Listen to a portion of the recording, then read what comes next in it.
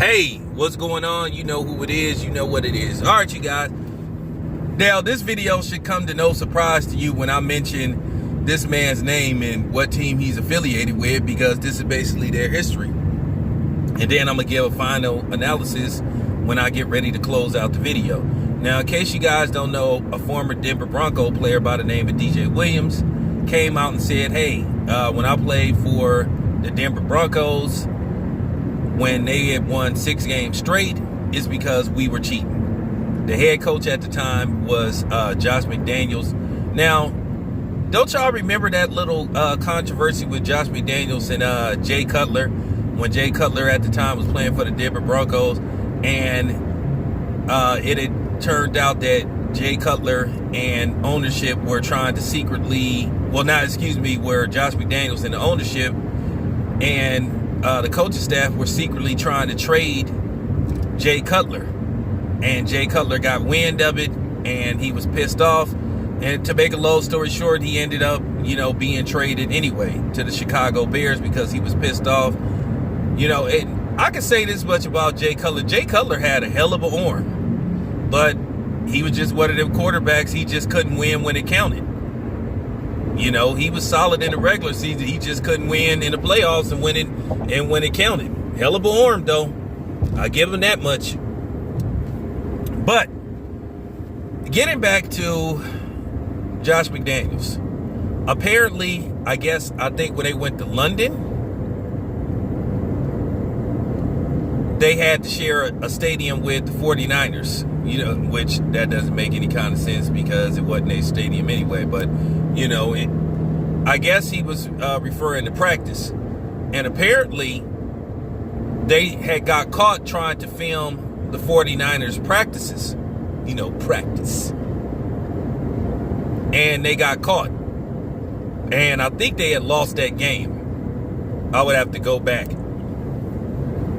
But it appears that the Patriots and their former coaching staff have just a long history of breaking the rules and not abiding by the rules. And we all know Spygate. We all remember Spygate. And we all know the history of the New England Patriots cheating in games. Okay? I mean, at the end of the day, it just appears that the NFL really don't want to crack the hammer on these teams that's doing this, because I guess they're scared it may open up Pandora's box. Because there's always a guy that's willing to come out and tell more than what he's saying. But yeah, the New England Patriots, they just seem to have a lot of history with having ties to dudes that don't like to play by the rules. Now, I don't know what the NFL can do now, because that was a while ago. I mean, that was a very long time ago. You talked about that was like over 10 years ago.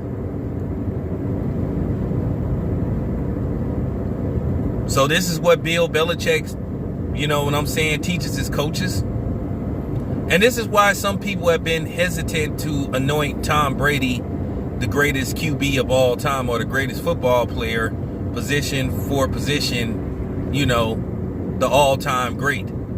Because whether we like it or not, Tom Brady has been linked to cheating on multiple occasions. And the sad part about it is he's good enough not to have to do it. And we all can make that assessment about Tom Brady. He's a great quarterback, but he's been flat out caught cheating. Don't you remember what Peyton Manning said? Peyton Manning said when they played in Foxborough, they would have people checking to make sure they wasn't listening devices in their locker room to make sure that the Patriots wasn't listening in, on their game planning and seeing what they're going to do at halftime to win the game, or if they're behind to get back in the game, and if they're winning the game to, I mean, come on, man. This is just like absurd with them.